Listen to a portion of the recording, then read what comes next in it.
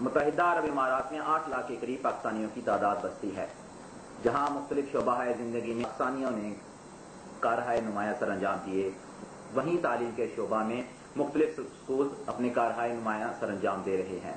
ان میں Pakistan Islamia higher secondary school اجمان بھی ہے۔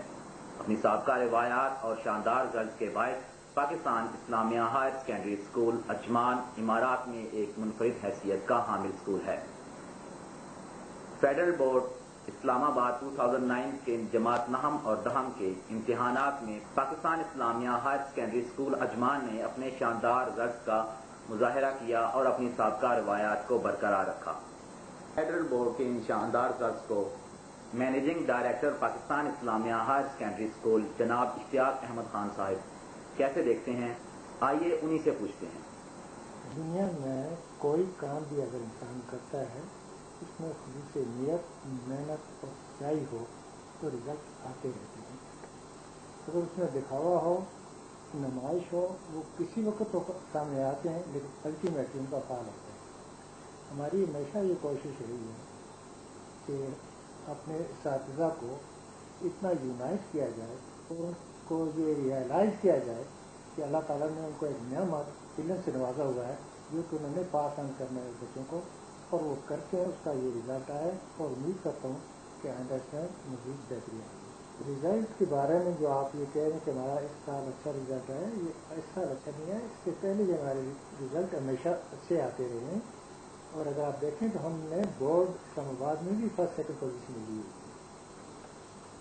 کسی چیز کی کامیابی کے لیے مختلف پہلو ہوتے ہیں، اس طرح بچوں کی کامیابی کے لیے بھی مختلف پہلو کی ضرورت ہے۔ وہ پہلو ہیں پیرنٹس، ٹیچر اور اسٹوڈنٹ۔ یہ تینوں جب مل کر کوئی کام کریں گے تو اس کا رزلٹ بہتر آئیں گے۔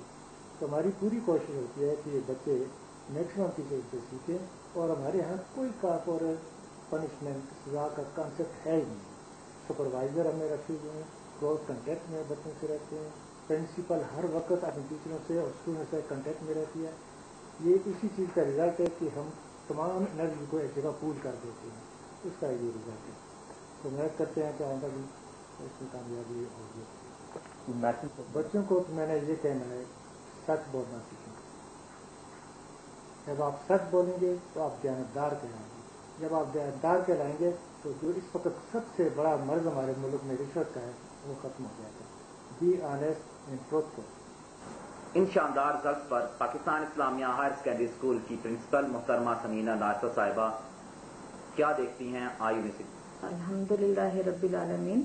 سب سے پہلے میں اپنے اللہ تعالیٰ کا شکر ادا کروں گی کہ انہوں نے ہمیں عزت سے نوازا، اور ہمارے اسٹوڈنٹس نے UAE میں ماشاءاللہ سائنس اور آرٹس اسٹریم میں 7 پوزیشنز لی۔ پہلے اور دوسرے نمبر پر سائنس، آرٹس، 10th کلاس اور 9th کلاس کے بھی پہلے اور دوسرے نمبر پر رزلٹ آئے۔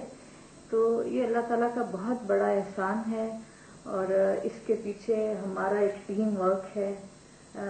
میرا یقین ہے کہ آپ کوئی کام بھی اکیلے نہیں کر سکتے، آپ کو ایک ٹیم ورک چاہیے۔ تو الحمدللہ کہ ہمارے مینیجنگ ڈائریکٹر ہیں، ہمارے ڈائریکٹر صاحب حماد صاحب ہیں، ان سب کی گائیڈ لائنز ہیں، ہمارا ایک آپس میں کوآپریشن ہے، کوآرڈینیشن ہے، ہمارے ٹیچرز نے بہت محنت کی ہے، اور ہمارے اسٹوڈنٹس نے بہت محنت کی ہے، ہمارے بچوں کے والدین بڑے کوآپریٹو ہیں۔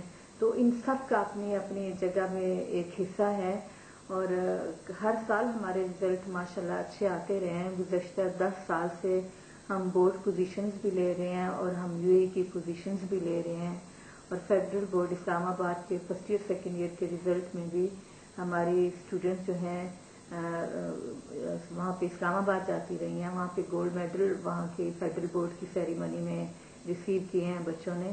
تو یہ سب اب ہمارے ٹیچرز کی سخت محنت اور ہمارے اسٹوڈنٹس کی سخت محنت کا جو ہے یہ نتیجہ ہے، اور میرا ایمان ہے کہ پاکستانی قوم میں بڑا ٹیلنٹ ہے۔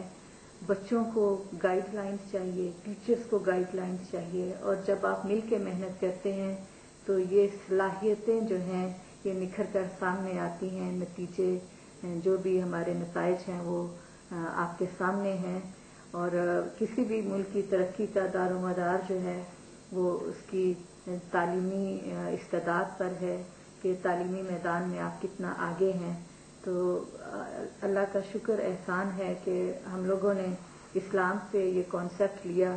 آپ دیکھیں جب غزوہ بدر میں جنگی قیدی آئے تھے تو اس وقت ایک قیدی 4000 دینار دے کر آزادی حاصل کر سکتا تھا، اور جب حضور صلی اللہ علیہ وسلم نے مدینہ کی ریاست کی بنیاد رکھی تو اس وقت مالی وسائل کی شدید کمی تھی اور سخت ضرورت تھی، لیکن رسول اللہ صلی اللہ علیہ وآلہ وسلم نے تعلیم کو ترجیح دی، پیسے کو ترجیح نہیں دی، اور ہر قیدی کی رہائی کی شرط لگا دی گئی کہ جو قیدی 10 مسلمان بچوں کو لکھنا اور پڑھنا سکھائے گا اس کو آزادی ملے گی اور اس کو رہا کر دیا جائے گا.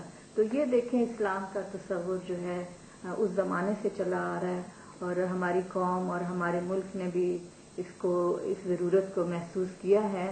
اور الحمدللہ ہمارا جو خواندگی کا تناسب بہت ہی کم تھا، 39 تھا کچھ سال پہلے، وہ اب بڑھ کر پچھلے سال 50% ہوا.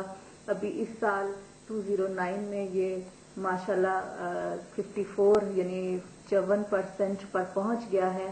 اور ہماری کوشش ہوگی کہ ہم سب پاکستانی مل کر اپنے اداروں کے سٹینڈرڈ کو بڑھائیں، معیار کو بڑھائیں اور اپنا خواندگی کا تناسب بڑھائیں، تاکہ ہم تعلیمی ترقی کی جو دوڑ ہے اور ترقی یافتہ جو اقوام ہیں ان کے ساتھ ہم شانہ بشانہ کھڑے ہو سکیں. سیکشن کے بارے میں سلیمان جی بڑا اچھا ایک سوال کیا، کیونکہ آپ کی بیس ہی جونیئر سیکشن سے شروع ہوتی ہے، اور جو بچے ہیں وہ کل کے جوان اور پھر مستقبل میں قوم کے معمار ہیں.